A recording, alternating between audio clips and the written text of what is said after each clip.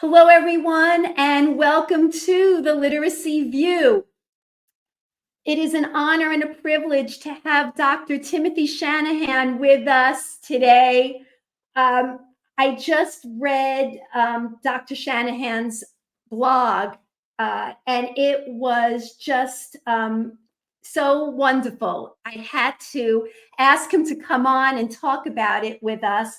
The blog is entitled, "What about the textbook reviews?" And as you all know, this is a hot topic now. And I think that Tim captured all the high notes that we've been talking about and answered so many questions for us. So I want to just introduce Dr. Shanahan, tell you a little bit about him. Timothy Shanahan is Distinguished Professor Emeritus at the University of Illinois at Chicago, where he was founding director of the UIC Center for Literacy. Previously, he was director of reading for the Chicago Public Schools. He is author, editor of more than 200 publications on literacy education. His research emphasizes the connections between reading and writing, literacy in the disciplines, and improvement of reading achievement. Tim is past president of the International Literacy Association. He served as a member of the advisory board of the National Institute for Literacy under Presidents George W. Bush and Barack Obama, and he helped lead the National Reading Panel. He also was he chaired two other federal research review panels, the National Literacy Panel for Language Minority Children and Youth, and the National Early Literacy Panel, and helped write the Common Core standards. He was inducted to the Reading Hall of Fame in 2007 and is a former first grade teacher. And he has a book coming out, hopefully by the end of this year, and you better believe that's going to be on the top of my list. He said that it is about teaching with grade level text, which is so important, especially now that we're coming out of years and years of using just leveled books. So it's going to be a very important read, and I look forward to that. It's a real pleasure to have you here, Tim, with us today. I'm going to get started with your first point, and that is educators are placing way too much trust in these reviews. And you specifically mentioned Ed Reports, the Reading League, Knowledge Matters. You did not mention Curriculum Insight Project. I don't know if you're aware of that one, but you mentioned the other three. And I would love for you to just talk a little bit about why you feel that people are putting way too much trust into these independent reviews. Sure. Well, first, thank you, Faith and Judy, for having me on. I don't do a lot of this kind of thing, but I certainly appreciate your willingness to talk to me about this. You know, this is a topic I usually kind of stay away from. Over, I don't know, the last 30 or 40 years, I've worked on, I don't know how many different curriculum projects for, I don't know, at least that 4 or 5 different publishers and so on. And so there's always the danger of getting into conflicts of interest where you're trying to float your own boat rather than trying to inform folks about what we're all really, what I'm certainly very concerned about is I want more kids to read better than is going on now. And things like designing curriculums is just one step in doing that. But frankly, so is, you know, holding reviews of these commercial materials to make sure that they're of high quality. So like I say, I tend to stay away from this. And yet over the last month, maybe, the number of emails and questions that I've gotten from different folks and reporters and so on about this topic kind of pushed me into it. And I didn't know the particular review that you mentioned. Somebody also, since I published this blog, pointed out that the Florida State had put together a review protocol for the Institute of Education Sciences, and I didn't review that. I kind of backhandedly got into What Works Clearinghouse, and I've worked with them since they were created. The fact is, there was something I hadn't known until very recently, and that is that there are a number of school districts around the country that treat these reviews like a Bible. That they, if XYZ review gives a bad mark to a program, then that program can't be sold in that district. That's nuts. That's just really a bad idea. So that's why I stepped into this. I trying to stay away from real specifics, including reviews of programs that I've been on or worked with, profit from. You can't. Well, let's say both of these. Publishers design programs, and those designs are a mix of both listening to folks like me and listening to the audience, because they have to sell the program. So if Tim Shanahan goes to a particular publisher and says, here's what the research shows, this, if you do this, this will be best for kids, and they go out and try that out around the country and find out nobody will buy it, they are not going to put that in the program. Yeah, but it's really good research. Doesn't matter. Teachers don't like it. Principals don't like it. Parents don't like it. Maybe someday they will, but they don't right now, and we can't sell it. And so they're always balancing those two things, and their costs to all these things, and so on. Once they've got a program, they turn it over to their sales force and put it out, and they try to sell it. There's no point in designing these if you're not going to try to get them into classrooms. That's all legitimate. It's good. It's positive. It's how the system needs to work. You have to be careful. And just like any other advertising, any other sales, I don't care what it is somebody's trying to sell you, you've got to buyer beware. You've got to be careful. They're going to possibly overstate things or understate certain things, and so on. They're trying to sell something. They want to make money. They hope what they're selling is good, but that's the process. And school districts are absolutely right to be careful and be wary of sales routines. I'm all for that. Now, we have a number of groups that are, independently of those companies saying, we will either review these things, or we've got review protocols that you can use to review these things. And if you use these protocols, you're going to find the best programs, and you'll narrow things down to the ones you really should buy. And that sounds great. What people don't understand is that those review processes are every bit as fallible and, every bit as positive in intentions as are the published programs, as fallible as they are in terms of, we're trying to do right, we're trying to follow research. Yeah, they are, and they're going to make mistakes, and they're not going to succeed with that the same way that publishers are going to, do the same thing.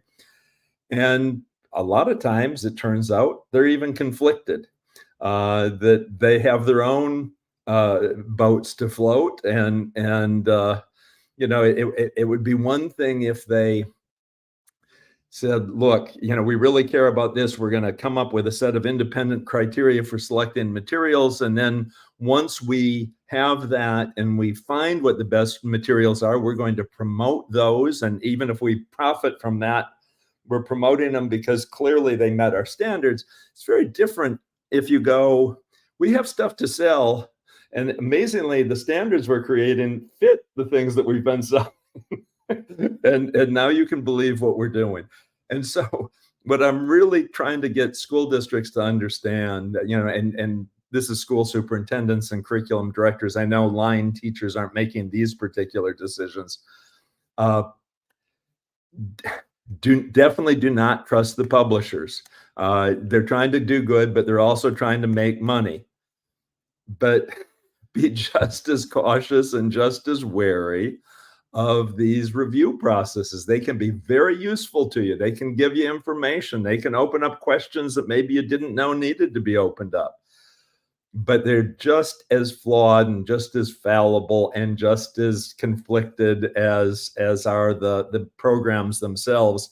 So if you turn your authority over to them and say, I will buy this because the XYZ review said this program my teachers liked it has some flaw, you very well might be making a very big mistake. And so you need the publishers, and I think it's useful to have the reviews. But man, do not give up that responsibility. Do not give up that power, that authority. I honestly, until very recently, did not know districts were doing that. I had no idea. I would have written about this a lot earlier. And I know there were people who had encouraged me to write about this kind of thing much earlier, but that was usually because they didn't like a particular review. And I just stay away from. So interesting. Judy and I have had these conversations on this show and off this show, and this has been going on for months. And your blog just nailed it, Tim. Just nailed everything. Yeah, it nailed it so much that yesterday was Saturday. All of a sudden, I get a text. She's like, Judy, did you read Tim Shanahan's blog? And I said, not yet, Faith. I'm driving to Soul Cycle or wherever I was driving. She says, you have to read it. I said, okay, Faith, I'm going to read it shortly. I read it, and Faith was so right. And that's when she was on it. She couldn't wait. She messaged Timothy, and here he is. So I appreciate you, Tim. So Judy, we were talking about this idea of giving up the responsibility of actually going through and evaluating programs and allowing someone else to do it. And as you know, it's not just the publishers, but there are people online, these influencers, who are kind of working with them as well. So Judy, do you have any questions about that for Tim, or any comments about what he just said? So I'm totally with Tim. I definitely do not trust publishers' intentions 100%. At the end of the day, they're like a car salesman. They want to make the sale, right? Yeah. So in general, or an insurance broker, they want to sell insurance. So I think it is very important to look much deeper and also take that responsibility and take the time to think about your school, your students. I have to say, I want to make a comment. I do think that the Reading League's report cards are interesting. So they did basically like a report card. They went through every section. And I think many schools are going to be like, wow, it's done for me. So now the work is done for me. I'm going to trust it. However, they did give you a second option, which I thought was really cool. They made the curriculum tool where you could actually go through each part of your program and really look at it as an instructional team and say, okay, let's look at each part of our program. Because like, for instance, they evaluated HMH. My school's not using HMH for every portion of their program. They're using Heggerty for phonemic awareness, another program for phonics. So I can't rely just on that document, which reviewed HMH's phonics component. We're not even using that. So I think my gut feeling is that many people are just going to look at the standard report card and be like, okay, this is what it's good at. This is what it's not good at. This is where we're going to fill the void. But Tim, don't you think it might be a good idea, and I don't know how you feel, to actually use the tool and actually go down and get dirty and look at each component as a leadership team? Yeah, I absolutely. I think that can be useful. My concern is that if you look at theirs, probably any of them, there are criteria there that are not necessarily based on the research. And what I would want my team to do if I were still director of reading in the Chicago public schools, geez, something that we know makes a difference in kids' learning, I would want to be weighted more heavily than a variable that, frankly, research just doesn't say the same thing that the Reading League does, or that Ed Reports does, or that any of these. I'm not trying to pick on anybody here. So it's, gee, I can go through and say, wow, they're absolutely right. This program doesn't have 100% decodable text. It is just not. Well, wait a minute. What does the research say about that? Well, the research says you should have a mix of texts.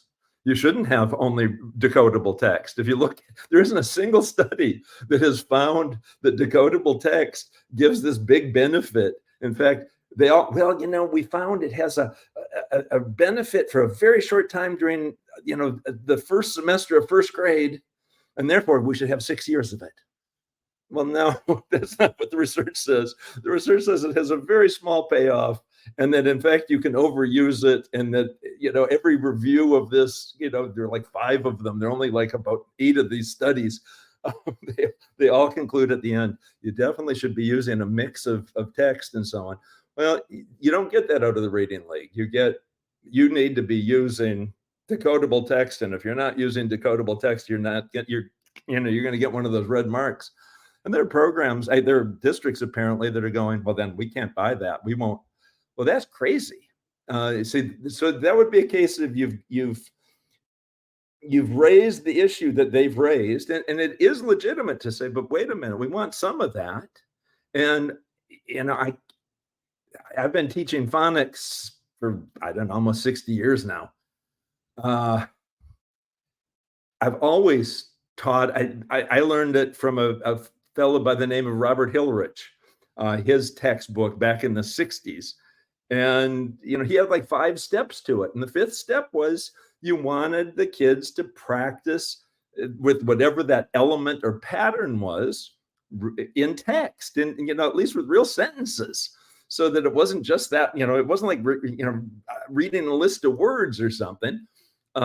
It's part of the phonics instruction. It's, we teach it and then we want you to practice it. Makes great sense.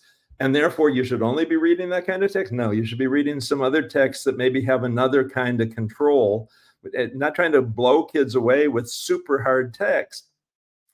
But I want kids, for example, when let's say you're teaching CVCE, right? A consonant, vowel, consonant with a silent E at the end.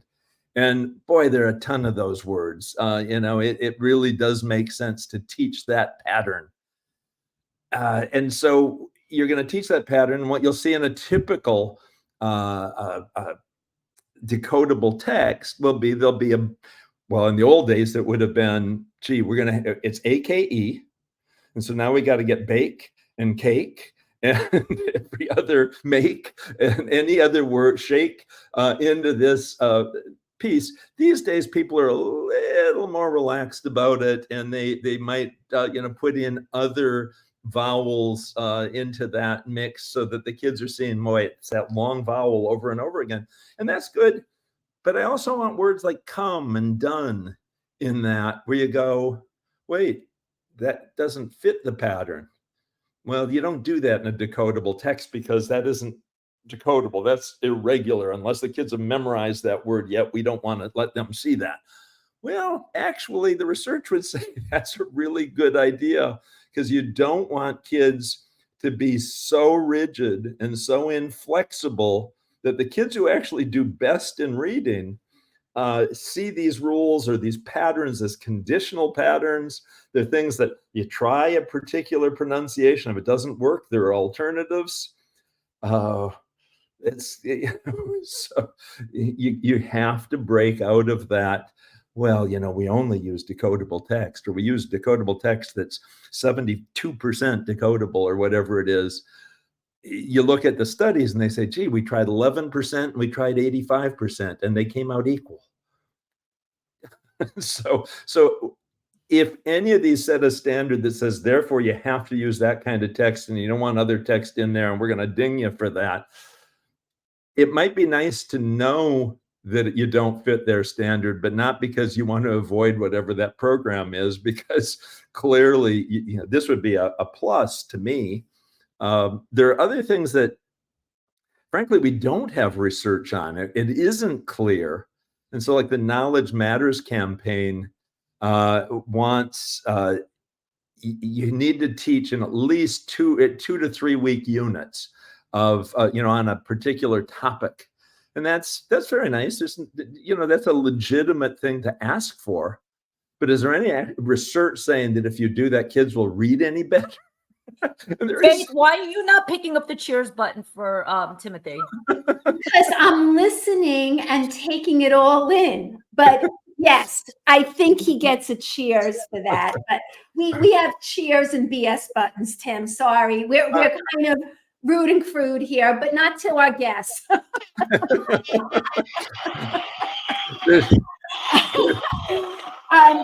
So I hear what you're saying, and it's very interesting. You mentioned the Knowledge Matters campaign, and on a certain part, you said the Knowledge Matters campaign is a bit different.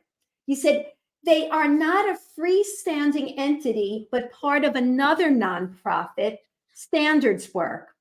Right. And then you went on to say in their 990, which is the form that the federal government asks of nonprofits to, list their reporting on, it said that they describe it as an advocacy effort that showcases high quality knowledge building curriculum.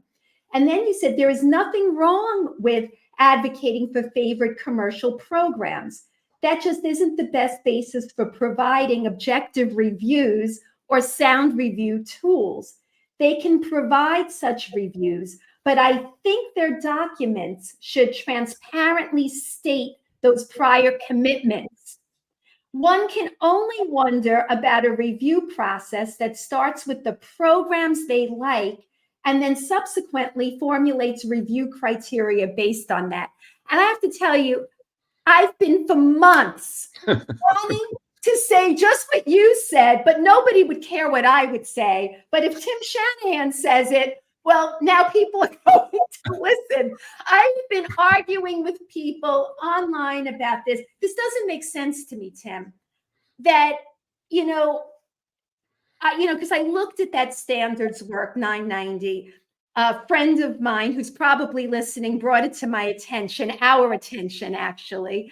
And, when I looked at that, it seemed like they get money from, Amplify and Great Minds and open resources. And yeah, that's what nonprofits need to exist. But you know what? If they're supporting them financially, and they're recommending this at the same time, and then they have this Knowledge Matters campaign that seems to say, well, these are really good, but others are not very good. That's a conflict of interest. Am I wrong? Like, could you talk about that a bit?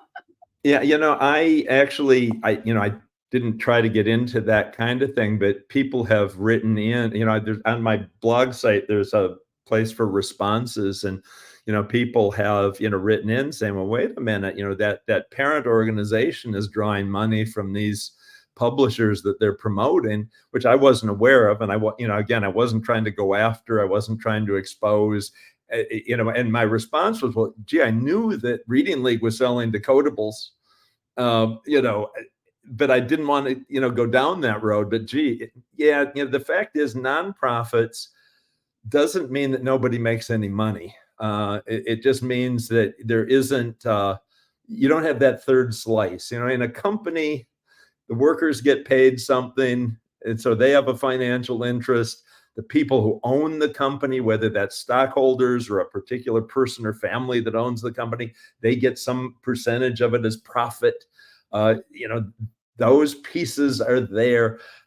Nonprofits Well, you don't have that somebody getting a profit, but you do have the folks who are working for it going, this is our income. This is how we, this is how we do well. This is how we survive. And that doesn't make them bad or evil or, but it does, one of you used the analogy of selling cars. The fact is, if the Ford Motor Company decided that they were going to help people select cars going forward, and so they were going to, put together a committee and come up with criteria that would help you decide which cars to pick, and they based it all on the Mustang and on, Ford trucks and so on, we would all go, hold our nose, we don't trust that. Gee, it's funny that the Fords are doing better than the Chevys in that scheme. We'd all just be very dubious. Somebody sees nonprofit and they go, oh, then we can trust them. And they don't recognize that those nonprofits, through either donations or other kinds of support, often have somebody who's making a profit at the other end of it. And that doesn't necessarily mean that what they're proposing is bad or inappropriate, but it should make school districts say, I'm not going to turn control over to them. I'm going to listen to what they have to say. Some of what they're raising makes some sense to me, or they have some similar concerns that I do. It might help if we take it out of current time and think of maybe past issues in school books. I came into this field in the 1960s. And at the time, and I was 18 years old. So my understanding or appreciation of what was going on was very limited. But in retrospect, at the period when I came in, the argument over reading books was whether they should include African American characters in the stories. It wasn't an argument over what's the best way to teach reading or would kids get higher reading achievement. It was just an inclusion representation kind of thing. And that one was already almost decided by the time I was coming into the field. It had been an issue. It had been argued about for a while. And then at some point, the Detroit Public Schools said, we will not buy a program that doesn't have a certain degree of representation of African Americans. And all of a sudden, all the publishers got on board and went, we don't need to argue about this anymore. 3-4 years later, the same deal happened with the representation of women. People had been doing stuff. Oh, look, women can be teachers and nurses and mothers, and I think a couple other categories, and the men can be 600 different things. And all of a sudden, again, that even went to court. I think now, or one of the women's groups sued Houghton Mifflin, I believe, at the time, and Houghton Mifflin won. They had the right to create the programs they wanted to, and they immediately came out with a program with much more representation of women and much more diverse representation of women. People can make the argument, oh, well, yeah, but that's going to raise reading achievement for girls, or that's going to raise the reading achievement for African Americans. There's no data supporting those claims. They're things that people want, and they have every right to ask for them and work for them in a school book. There's nothing wrong with that. There's nothing, well, now as to how dare they do that? Every right to do that. It's absolutely reasonable. The difference here is that now wasn't selling an alternative school book that, what they were trying to do is get it into the schools. The NAACP wasn't selling, alternative reading guides. These groups are making money off of it, and I don't have any problem with that. I just think everybody should know it. That should be right on the front page. The more transparent this all is, and the more explicit it all is, what constitutes evidence? Do you have the same ideas on, evidence can mean almost anything when it comes to these issues. And so if I say there's got to be research that supports my idea, what do I mean by that?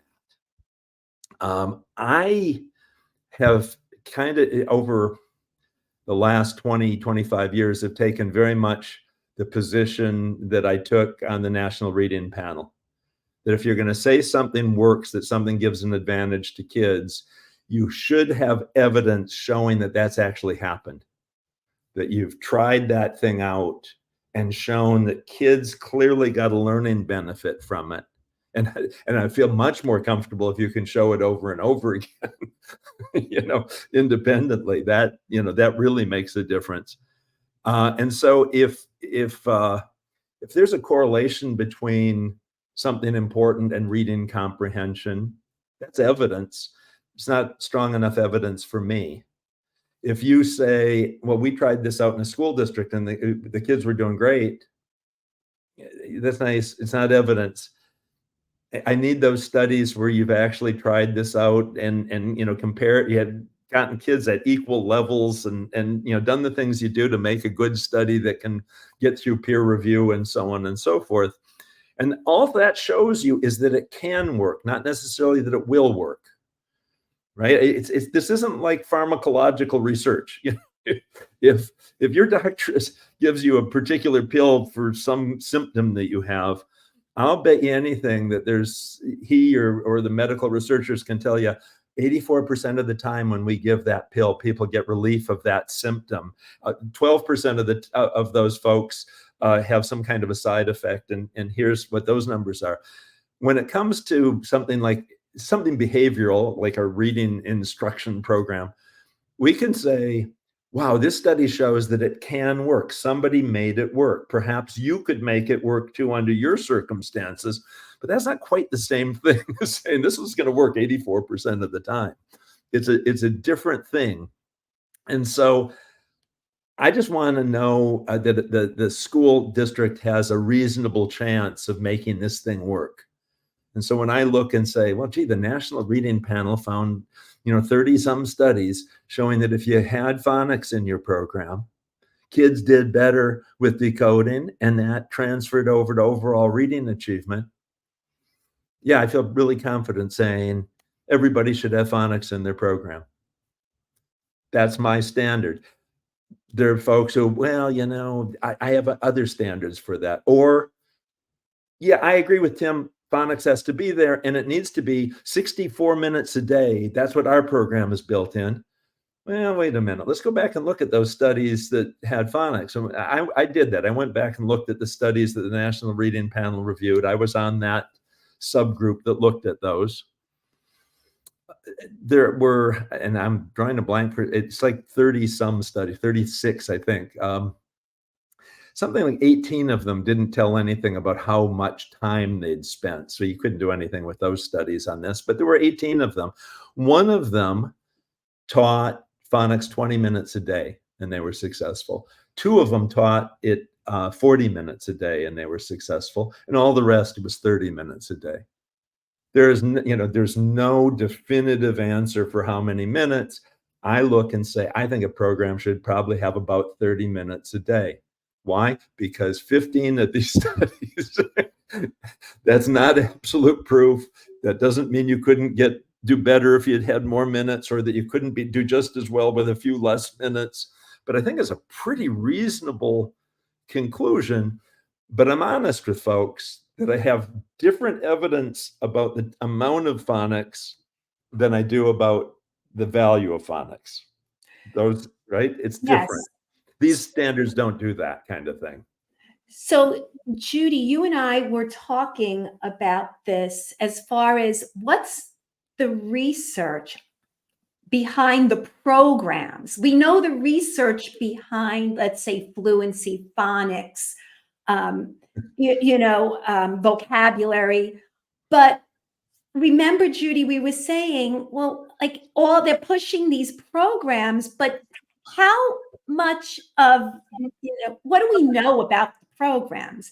Judy, do you have any thoughts or questions about that? Because I don't know. I know we have a limited time with Tim, but I'm like buzzing here with a million. I got a lot for Tim, including some fun questions for later on. But I think Tim is right again. I think that, there's definitely not absolute proof. And I think the only absolute proof is an absolute vodka. We don't have enough absolute proof on all these programs.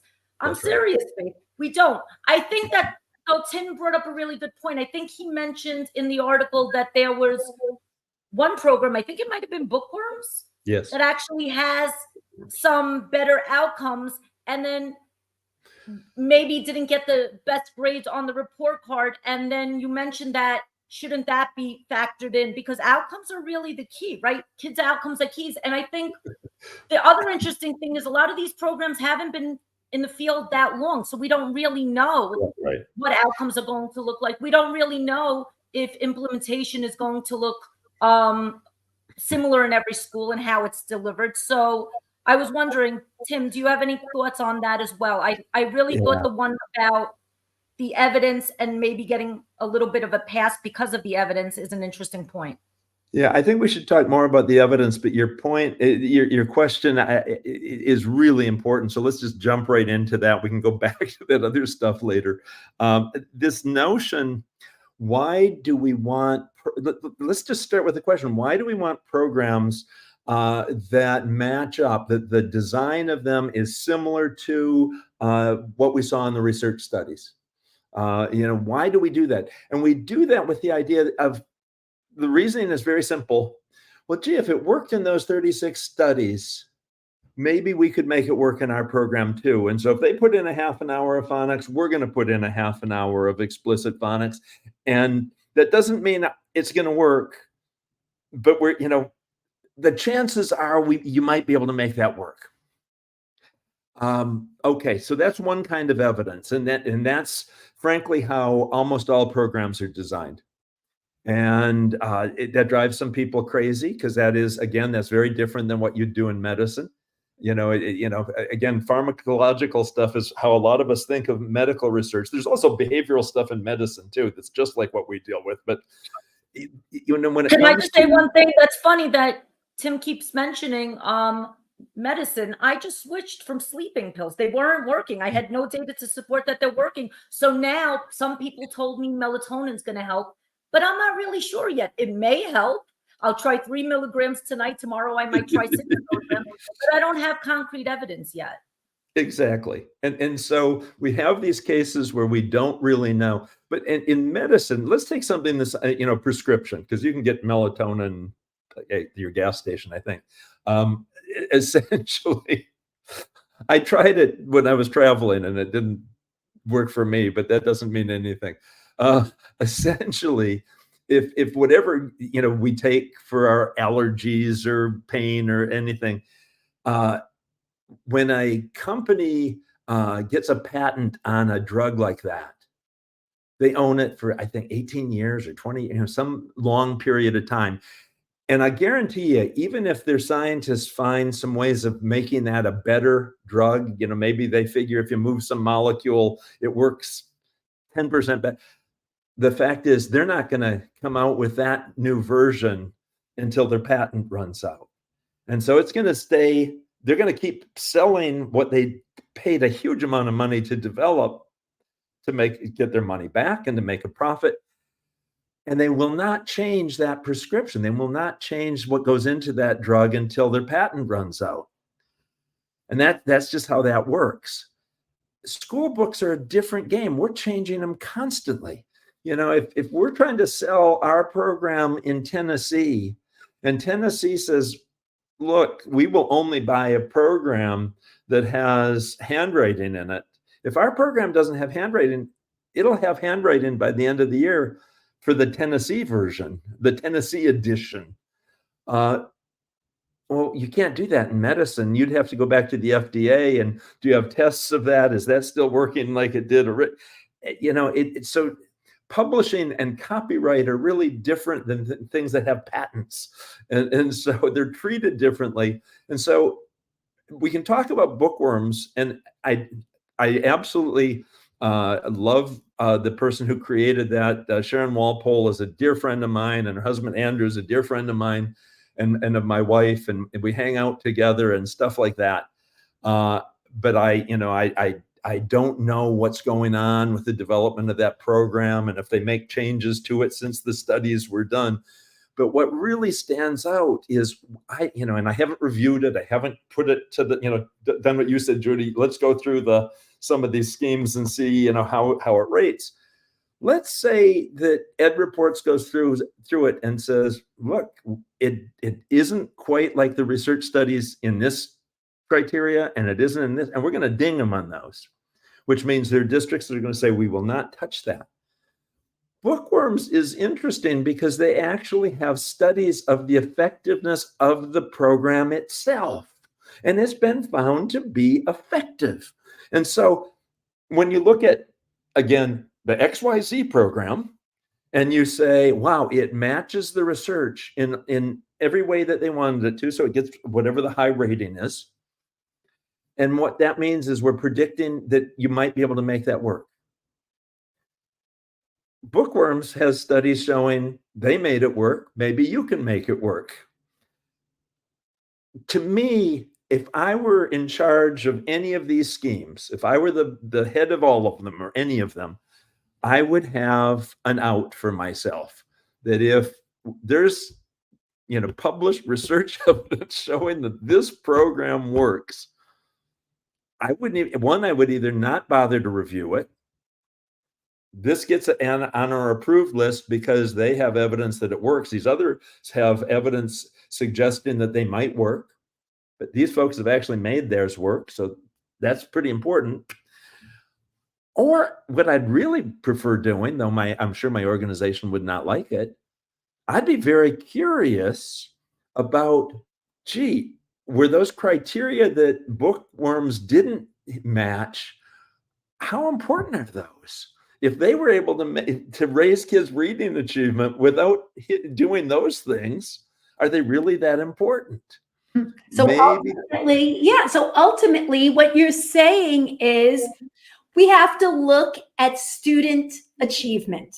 Yes. That's, you know, and not so much what somebody else comes up with as criteria.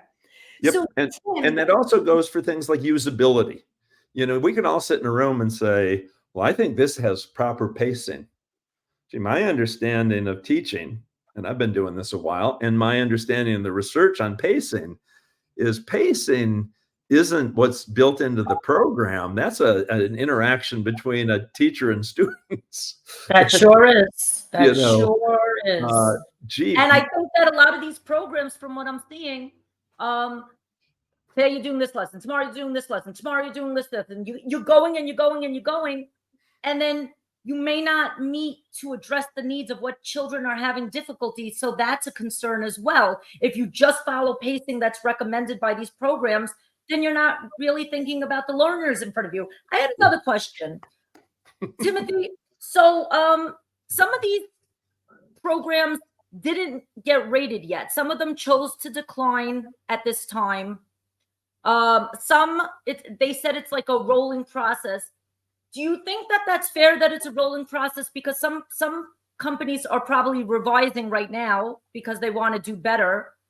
And I think the goal is always to do better, right? If there's a tool out there that can help programs get better, that's interesting. But do you think it's fair that some programs were evaluated with rating systems and some kind of got a free pass for right now? You know, it's interesting when folks do, you know, set that kind of a thing up. And I don't know the ins and outs of this because I've never set up this kind of a process personally.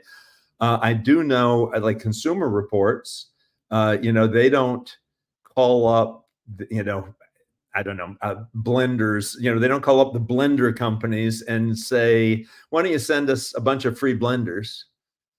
My understanding is they go out and buy the blenders. They head down to their local store. They don't look for a break on it. They treat themselves as consumers, and maybe I'm, you know, misrepresenting what they do, but that's my understanding of it. And essentially, then they're in control. They decide what gets reviewed and what doesn't. And they're, you know, we went to Target and we went to Macy's and we went to 2 other major, and, you know, these 3 were sold by all of them. And so those are the 3 that we reviewed because, you know, our customers are most likely to see those. Very reasonable thing to do. The notion of, well, you know, if they won't send us a free copy of their program, we're not going to review it. That makes it, these are advertisements. These aren't reviews. These are the companies, you know, they the companies are the ones that decide, well, we could probably get a pretty good review out of them. It would be worth going to this one. Oh, I know their criteria. They're going to ding us. I'm not going to send them. So I definitely think these reviews should be independent somehow. And, I know What Works Clearinghouse, they don't look at the programs. They only look at the research, which makes their review a different kind of a thing. But it keeps them totally separate from those companies. They don't have to, they're not dependent on them, and the companies don't get to decide whether they're going to get reviewed or not. Yeah. I do think Reading League did a very cool thing, and I mentioned it in the blog, that they actually published the responses from the publisher, which I think is very cool. And I think they should all consider doing something along those lines, which means if they do something that I think is stupid or that I don't think matches with the research, they can say that, gee, we don't like this, or this, we gave this a low mark. And the company can come back and say, we've looked at the research and we've had all these, scholars look at it, and this criteria makes no sense. Or, this criteria does make sense, but you should know, we have 500 lessons on that in our program, and they were upset about 2 of them. Are you really not going to buy our program because, what would that be? Less than 1% of the time, there was something that these folks didn't like. Yeah, I think that's really... you bring up so many good points, Judy. That was a great question. And again, Tim, you have such great responses for everything. I have a question for you, Tim, about background knowledge. And so, it seems like a lot of the programs now are, content heavy with, the whole idea of knowledge building. And I love this. At the bottom of one of the paragraphs here, you had said, we reviewed this program. This was in quotes. We reviewed this program and judged that it met our knowledge building criteria. That's a plus. However, it is so narrowly focused that we wondered if that is best. And we know of no direct research evidence on this matter. Students taught from this program, this made me laugh. Students taught from this program are likely to know more about electricity than any group of 4th graders in the history of mankind. If they are ever again asked to read about electricity, they will likely achieve the highest reading comprehension ever recorded if they do not run screaming from the testing room. And that's kind of... I had to laugh because, you mentioned that in one case, they spent 18 weeks on one topic. Tell us what the research is on this background knowledge, because, there are a lot of people out there talking about it as if this is a panacea for everything, that as long as there's background knowledge, that basically, that's the main thing. And of course, we know, and I want to specify, we know that background knowledge is important. But Tim, from what I remember from Reading First days, when you were one of the speakers, and I think it could have been you, who said, we spend a few minutes building background knowledge on whatever we are reading. I think it was you. And, and that's important. But then we get on with jumping in and reading, and we don't want to do too much of the heavy work for them. Mm-hmm. We want them to do the reading, and we should fill in the blanks, like pre-read, whatever it is, as teachers, fill in some of this. But now it seems like, once again, maybe we're going a little bit overboard. So could you talk a bit about the research on background knowledge from your experience? Sure. Back in, folks started doing research on this, very small amount of research in this, in the 30s, 40s, 50s, so a long time ago, certainly long before I was around. And they were finding that, in fact, it was really quite interesting that, everyone kind of thought that reading was controlled by the text. And they were surprised to find that it was more of a negotiation, that the reader his knowledge was playing some role in that and determining what you would remember from the text and so on and so forth. And I can't say that the instructional part of the reading field paid a lot of attention to that, but those studies were there. In the 1970s, the federal government supported a Center for the Study of Reading at the University of Illinois at Urbana-Champaign. And Richard Anderson headed up that center. And they really went big on trying to understand that. And so in the 1970s and 80s, there were just a ton of studies showing that, in fact, readers what they bring to the text matters every bit as much as the information in the text, and that it influences what you learn and remember from a text, and we use it to make our that knowledge to make our inferences, because authors don't tell us everything, and so on. And there are certainly a number of studies done during that era where they were looking at things like, does it help to activate knowledge that the kids already have? What if we have a little discussion before we start and kids tell what they know about the topic? Does that help? Or what if we have kids write down everything they know about something for 5 minutes, and then we're going to read it? And in fact, those kinds of things do help. Okay, so the next sort of step in that is E.D. Hirsch from the University of Virginia, essentially concerned not so much about reading comprehension. That wasn't his gig. His concern was that kids were not coming out of school knowing history, knowing science, knowing literature. No, they had very little. And so in the must have been the 1980s, early 1990s, he published a book on cultural literacy, arguing that kids just didn't know very much. And there's certainly been a number of national assessments in the different areas of study showing that is true. American kids just don't know very much. And so there are a number of folks who've gotten concerned that, one, reading instruction is eating the curriculum, that school districts are saying we can't teach social studies anymore, or we can't teach science anymore because we teach so much reading and math because those are what are tested. So that's a concern.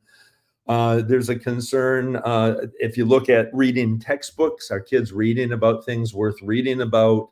Would you care if you worked on an article or a story today, would you even care if 2 weeks from now they knew any of that information? Does it matter? Does it have any value? And so that has somehow morphed into, the studies show that if you teach kids a lot of background knowledge, you'll build the reading comprehension. People, these beads are very far apart on the string. It'd be a really ugly necklace. I've got to tell you, folks, it would not look so good. My position on it is that there is no evidence that if you heavy up the content of the text, you're going to get higher reading achievement, at least not in the short run, not in what you would see in a year-long study or something like that. But I have to agree with Don Hirsch that our kids don't know enough. I'm not satisfied that my children or grandchildren know enough history or know enough science, and I wish they knew more of the literary classics and so on. And so I'm kind of on that team, but not because it'll raise reading achievement, because I think it'll give these kids better lives. And so I can't see any cost to anybody to say, well, we could have this vapid story that doesn't matter and isn't going to teach kids anything important, or we can take this piece of text that really does deal with an important issue, and that kids would come away with some information that, if they had it, it could matter in their life somehow. I just don't see how that would get in the way of teaching reading. So why don't we do it? I also would argue I probably push for more reading and writing instruction than anybody who's ever gone on the record on it. But when I look at Gee, the average school day in the United States is 6.5 hours. I don't see any reason why there can't be social studies and science and the arts, which is usually not included in these pushes for knowledge. I think some of these pushes for knowledge, E.D. Hirsch would be very upset about it, because it would be, what do they mean literature isn't knowledge? Doesn't add to knowledge? Of course it does. It adds to it both in terms of cultural touchstones, like, we know our fairy tales, or we know, that Moby Dick, or things like that. But it also teaches us things and gives us a language for talking about our development and our relationships, that you're not going to get in a social studies text. You're not going to get in a science text. You're not going to pick up in the music class. And so the notion of actually having kids reading texts worth reading, and that those are some of the texts that you're going to use to teach them, and that they're not just going to get their social studies that way, they're also going to have a social studies class. I'm on board with that 100%. Do I believe that's going to raise reading achievement? Really unlikely. Really unlikely. If it does, it's probably going to be because we don't just do what these folks are asking us to do. It isn't. Jimmy Kim at Harvard University is doing some really interesting research, not in changing how we teach reading, even though he's a reading guy, but trying to embed reading into, say, social studies classes in ways that both raise social studies knowledge and actually pay back to reading. And he's finding the only way, it's not just having that information in the kids' heads, that stuff has to be organized in a way that kids can actually use it, which means you're not thinking of, oh, look, we spent 3 weeks on electricity, that's good enough, and the kids memorized like 9 words about it. But they're actually learning things that they can generalize from to other similar systems and to other similar knowledge. And when they do that, they are seeing that there's some kind of a beneficial effect. I don't think we know enough about that yet to really, we'll just build that into all school curricula. But folks like Jimmy Kim are taking us the right direction on that. And there are other folks who are doing work along those lines. But should that be the standard, that everyone now has to have 18 weeks on a topic or 3 weeks on a topic? That you can ask for it, but if you're doing it with the idea that it's been proven that raises reading achievement, that's a big mistake. So don't you think, Tim, that just ensuring that we have social studies and science taught at the earliest level, and making sure that actually is happening in school, I mean, wouldn't that be a good start? It would make sense to me as a good start. And frankly, with any publisher that I've worked with over the last 20 years, I mean, I haven't always won, but I've always argued, why not have content? Here's a real simple example of how programs could contribute on this, reading programs. I'm not a big fan of some of the assessments that go into these programs. School districts insist on them, so they're going to be there. But when I look at the reliabilities of these things and how informative, I'm just not convinced that that's great. But okay, every 3 weeks there's going to be an assessment, and you're going to be able to see whether the kids learn the vocabulary we taught, and we taught this strategy, and we're going to have a little vignette here where the kids try it out. And there's why not in that have like a knowledge test? We read about the Grand Canyon. We read Little Red Riding Hood. Do you know these characters? Can you put these in the right story? Can you tell some facts that you learned about? Why not? What's the cost of that? Kids should be learning that when we have them read something, we want them to learn a set of skills and practice their phonics and all that kind of stuff. Yes, yes, yes. And yet, I want you to learn something. I want you to carry knowledge away from that, just like when you're reading in your social studies class. And I think that just doesn't happen.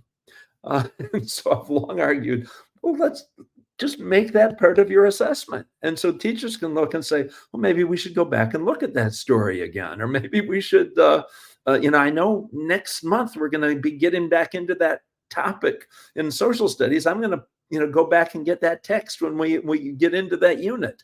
I want to show kids that they can use that information.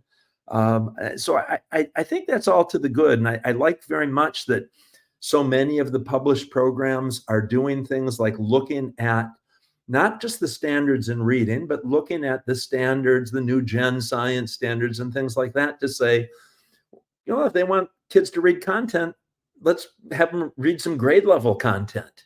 Now, that won't necessarily match up with the curriculum. Maybe they're going to do electricity second semester and our 3 weeks on electricity were in the fall.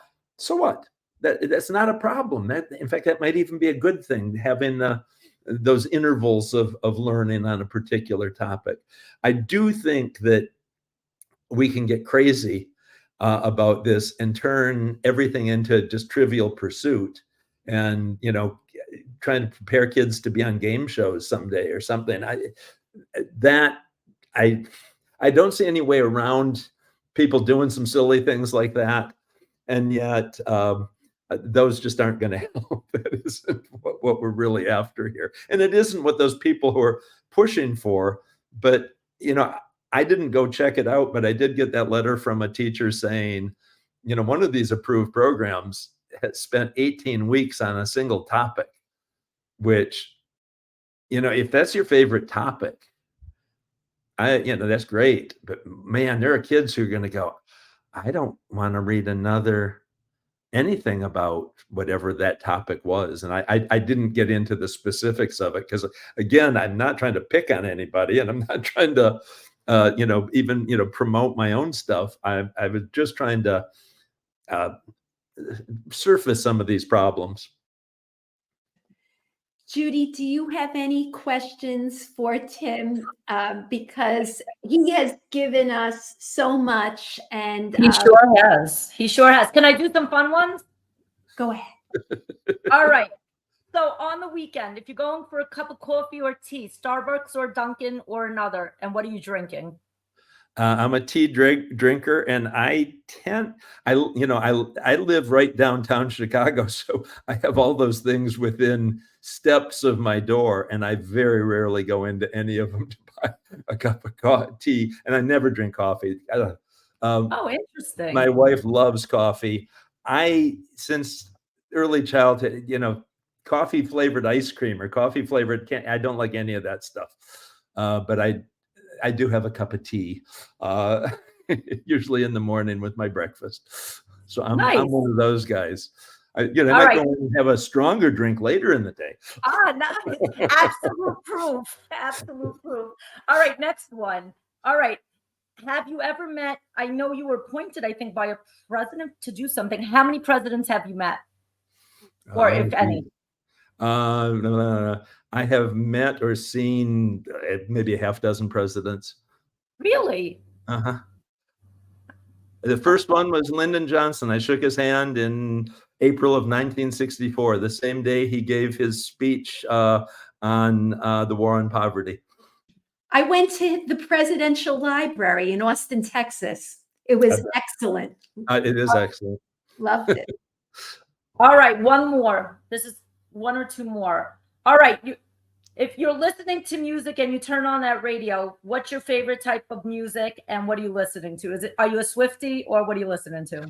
I am a Swiftie, sort of, but I have a granddaughter who really is a Swiftie. She wouldn't accept that I am. But I very much, especially like the albums that Taylor Swift put out in response, I think, to COVID.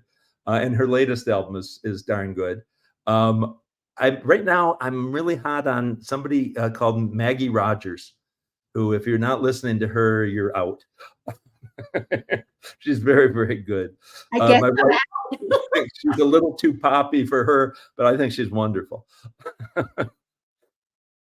Also, I've been working with kids privately. Sorry, there's a beeping sound outside. And I have been teaching kids like privately that I work with about biographies, and we've been reading some Taylor Swift stuff. And I just learned she when she was little, she was writing poems. She wrote a really good poem about a monster, I think, in her closet or something. Yeah, Really yeah. cool. She is she definitely is an artist. She's respected by the other artists and so on. She's certainly entertaining. She's beautiful, and she's a brilliant businesswoman. I think so too. And I think that's part of the fun in education. Like, it's so fun that when I'm not at work and I'm working with my own clients and my own students that I'm tutoring, I can do those fun things because those are fun and great learning opportunities too. We're writing a biography, we're making a PowerPoint. So, like, these programs sometimes don't have that real life joy. And I think that that's an important piece not to forget. So, this is the last one.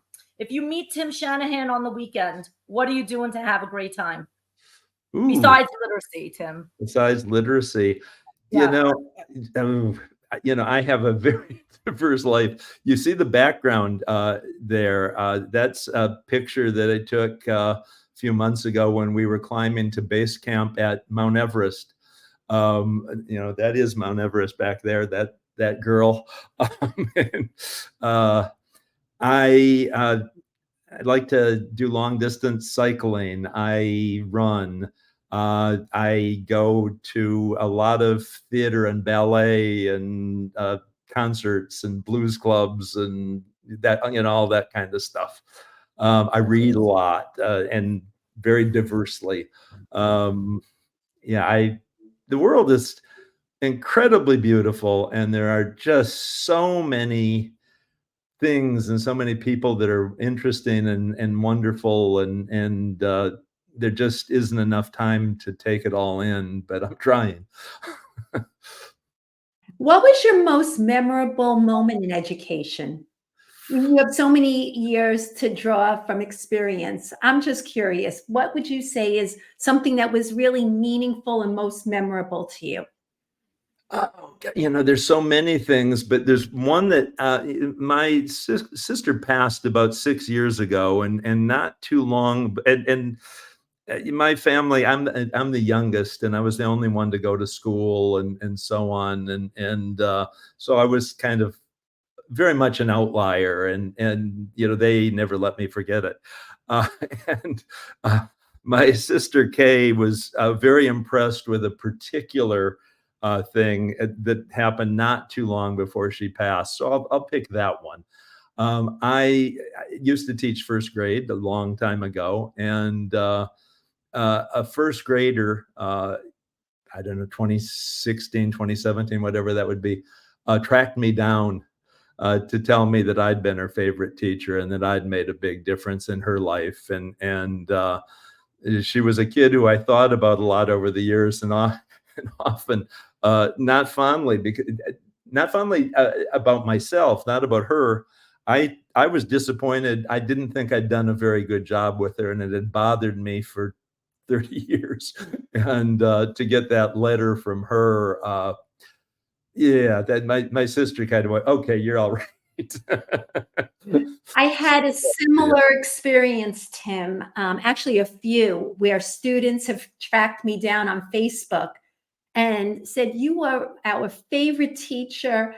And, there's nothing like that. There's really nothing like that. Tim, this has been a pure delight. Is there anything that we left out that you would like to add from the article? You listed about 6 takeaways on the end, 5, excuse me, 5 takeaways.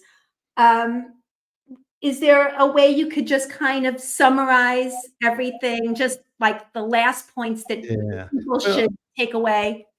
the biggest thing is, well, the biggest things are these. Certainly don't give up control of the system. Have policies for selecting materials and stay to those policies.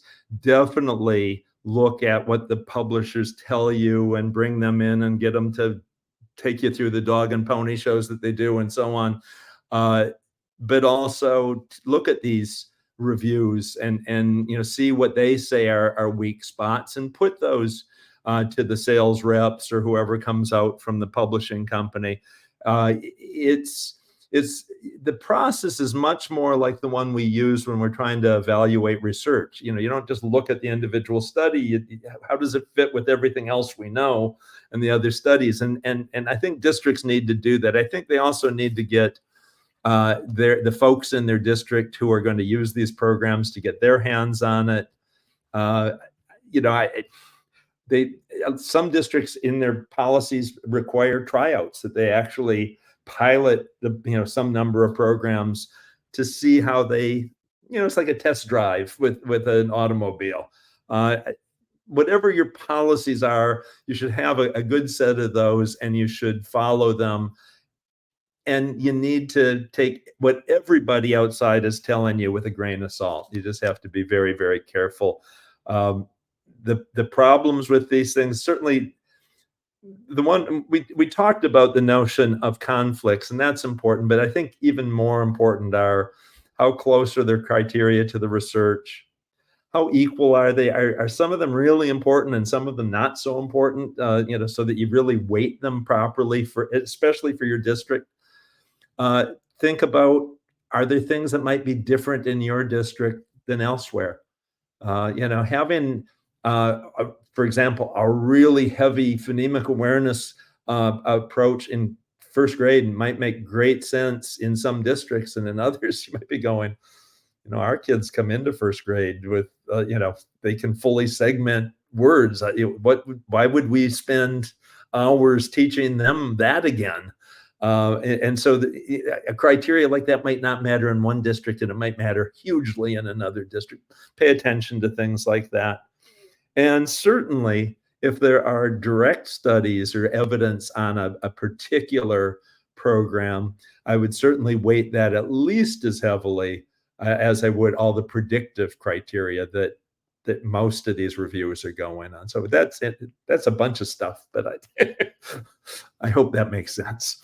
It certainly does. I have to say, what you said in number 2, in terms of the takeaways, when you said there are benefits to having third-party reviews of these kinds of programs, both by government agencies and by nonprofits that are not commercially entangled with the corporations that sell these programs.